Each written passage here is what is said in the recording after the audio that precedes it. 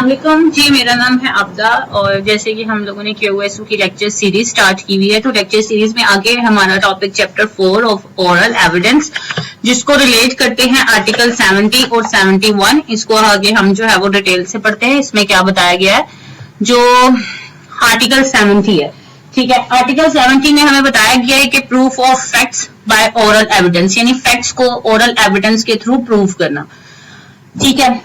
आगे एविडेंस क्या होते हैं? एविडेंस की आगे से जो है वो दो काइंड है, एक डॉक्यूमेंट्री एविडेंस और एक ओरल एविडेंस, ठीक है।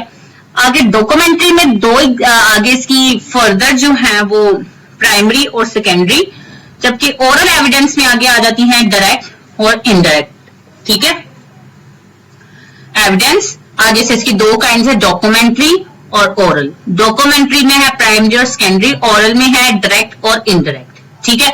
इनडायरेक्ट आगे डायरेक्ट में है कि statement made by witness in judicial proceeding under article 47, और इनडायरेक्ट में हेयरसे एविडेंस, जैसे हेयरसे एविडेंस सुना सुनाई कोई बात जो होती है। आगे है res gestae article 19, oral evidence is admissible as secondary evidence, ठीक है।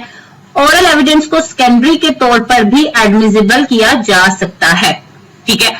अब जो content must be prove through documentary, जो कंटेंट होता है ना किसी भी केस का या फैक्ट का, उसको आपने डॉक्यूमेंट्री के थ्रू प्रूव करना होता है, ठीक है।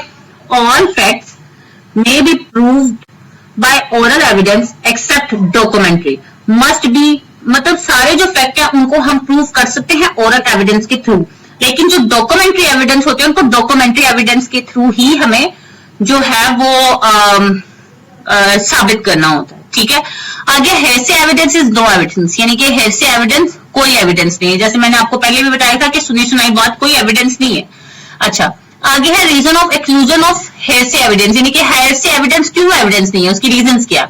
इसमें ओरिजिनल डिक्लेरेंट नॉट अवेलेबल, उसमें ओरिजिनल डिक्लेरेंट अवेलेबल नहीं होता, डेप्रिसिएशन ऑफ ट्रुथ, ठीक है। Ulterior motive protracted legal investigation, ठीक है। आगे है जी हमारा आर्टिकल 71। आर्टिकल 71 है हमारा oral evidence must be direct. अब देखो, जिसने मर्डर होते हुए देखा है वो खुद कोर्ट में आए, इसी पर्सन की एविडेंस होगी जिसने खुद देखा है। जिसने फायरिंग होते सुना वही आएगा कोर्ट में, दूसरा कोई बंदा नहीं आएगा, इसकी ही एविडेंस होगी। अब फॉर एग्जांपल ए ने कहा मैंने एक घर में गया, मैंने महसूस किया कि वहां पर डेड बॉडी पड़ी है। अब ए ने परसीव्ड बाय सेंसेस किया तो कोर्ट एक ही एविडेंस लेगी, ठीक है। अगर कोई एक्सपर्ट ओपिनियन देगा तो कोर्ट उसकी एविडेंस खुद लेगी, ठीक है।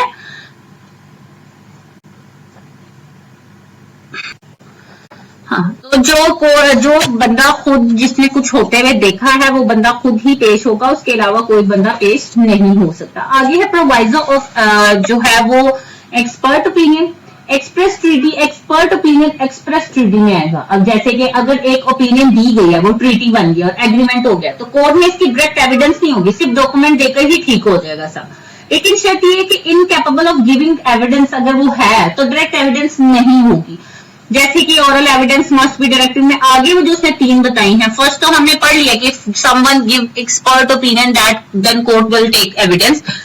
तो दूसरा हमने पढ़ लिया ओरल एविडेंस, ठीक है।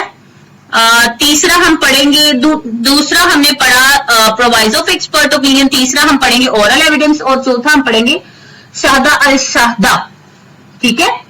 अब इसमें दूसरा हम पढ़ेंगे अगर आप ओरल एविडेंस, अगर आपको कोई ओरल एविडेंस देते हैं किसी भी मटेरियल थिंग पर डॉक्यूमेंट के अलावा। फॉर एग्जांपल ए ने कहा मैंने देखा है कि बी के हाथ में पिस्तौल है, अब ए ने एविडेंस दे दी, अब कोर्ट में वो मटेरियल थिंग को भी ऑर्डर कर सकते कि जो पिस्टल देखी थी वो भी कोर्ट में लेके आओ, ठीक है। ये ओरल एविडेंस में दूसरे इसमें बताया गया, इसके सबसेक्शन 2 में। आगे सबसेक्शन 3 जो इसका है 71 का सबसेक्शन 3, शाहदा अल शाहदा, इसमें असल गवाह की जगह किसी दूसरे गवाह का आ जाना, यानी कि जो कि आपको कोर्ट में, जो आप ही को रिप्रेजेंट करेंगे कोर्ट में जाके, ठीक है। अब ए ने देखा कि अब ए ने देखा तो आप अमेरिका चले गए, तो आपने अपने बिहाफ पर कोई दूसरा विटनेस अपॉइंट कर दिया कि मेरे बिहाफ पे वो गवाही दे लेगा, लेकिन शर्त ये है कि वो इनकैपेबल ऑफ गिविंग एविडेंस ना हो, यानी कि वो कैपेबल हो, ठीक है। मतलब कि उसकी डेथ ना हुई हो, वो कहीं मिल ना रहा हो, बाहर ना कहीं चला जाए, मतलब वो मौजूद होना चाहिए, ठीक है। इसका मतलब है कि अपनी जगह आपने किसी दूसरे बंदे का अपॉइंट कर दिया कि वो आए और कोर्ट में मेरे बिहाफ पे जो है वो गवाही देगी, लेकिन हदूद केसेस में ऐसा नहीं होता। हदूद केसेस में जो है वो आपने खुद ब खुद ही पेश होना होता है। ठीक है, ये था हमारा आर्टिकल 70 और 71 जो कि एविडेंस पे था, ओरल एविडेंस पे था। आई होप आप लोगों को समझ आ गई होगी। अगर किसी भी किस्म का कोई भी आपका क्वेश्चन है तो आप कमेंट बॉक्स में जो है वो मुझसे पूछ सकते हैं। Thank you, Allah Hafiz.